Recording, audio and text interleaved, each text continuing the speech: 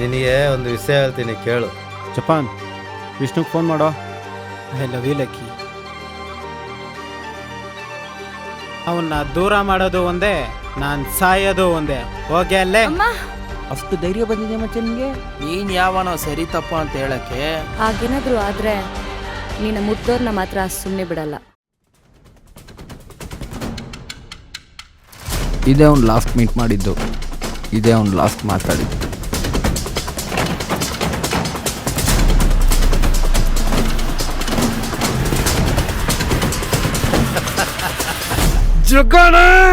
ಯಾವ ರೇಂಜ್ ಆಗಿದ್ರೆ ಏನೋ, ನಂದೇನು ಕಿತ್ಕೊಳಕ್ಕಾಗಲ್ಲ.